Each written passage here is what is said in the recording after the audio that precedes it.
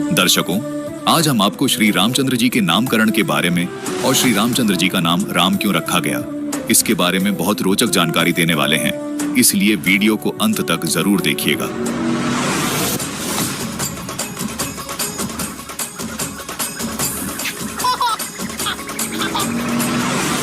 अयोध्या के राजा और श्री रामचंद्र जी के पिता राजा दशरथ जी के कुलगुरु यानी पुरोहित थे ऋषि वशिष्ठ जी।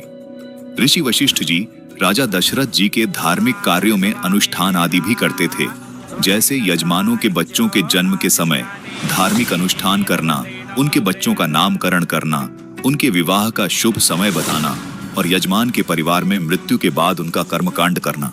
लेकिन दर्शकों, हम आपको बताना चाहेंगे कि ऋषि वशिष्ठ जी यह जानते थे कि पुरोहित का कार्य सही नहीं है, क्योंकि कर्मकांड करना और पुरोहित द्वारा की जाने वाली क्रियाओं को वे नीच कार्य मानते थे। आइए हम आपको इसके प्रमाण दिखाते हैं। रामचरितमानस उत्तरकांड दोहा 47 की चौपाई 3। देखिए, यहाँ लिखा है, महिमा अमिति वेद नहीं जाना, मैं कही भांति कहूँ भगवाना, उपरोहित्य कर्म अति मंदा, वेद पुराण सुमृति कर निंदा, हे भगवान आपकी महिमा की सीमा नहीं है, उसे वेद भी नहीं जानते, फिर मैं किस प्रकार कह सकता हूँ। पुरोहिती का कर्म पेशा बहुत ही नीचा है, वेद पुराण और स्मृति सभी इसकी निंदा करते हैं।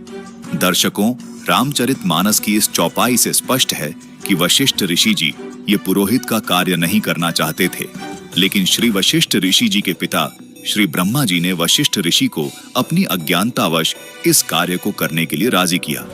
ब्रह्मा जी ने कहा कि पुत्र, आगे इस सूर्य वंश में ब्रह्म परमात्मा अवतार लेंगे, तुम्हें उनके दर्शनों का सौभाग्य प्राप्त होगा, तुम्हारा यश बढ़ेगा तथा पुत्र तुम्हें बहुत पुण्य भी मिलेगा। दर्शकों, सोचने वाली बात है कि ब्रह्मा जी ने अपने पुत्र वशिष्ठ जी को ऐसा क्यों कहा। क्या ब्रह्मा जी विष्णु जी को ब्रह्म परमात्मा मानते थे? पहले हम आपको ब्रह्मा जी के ज्ञान से भी परिचित करवा देते हैं, क्योंकि ब्रह्मा जी श्री विष्णु जी को परमात्मा माने बैठे थे और यही अधूरा ज्ञान इन्होंने सभी को दिया। दर्शकों, ब्रह्मा जी के इस भ्रम का तब निवारण हुआ जब स्वयं ब्रह्मा जी ने विष्णु जी से ये सवाल पूछा कि हे विष्णु जी, आप तो स्वयं परमात्मा हैं, फिर आप किसकी भक्ति कर रहे हैं? तो देखिए श्री ब्रह्मा जी को विष्णु जी ने क्या कहा।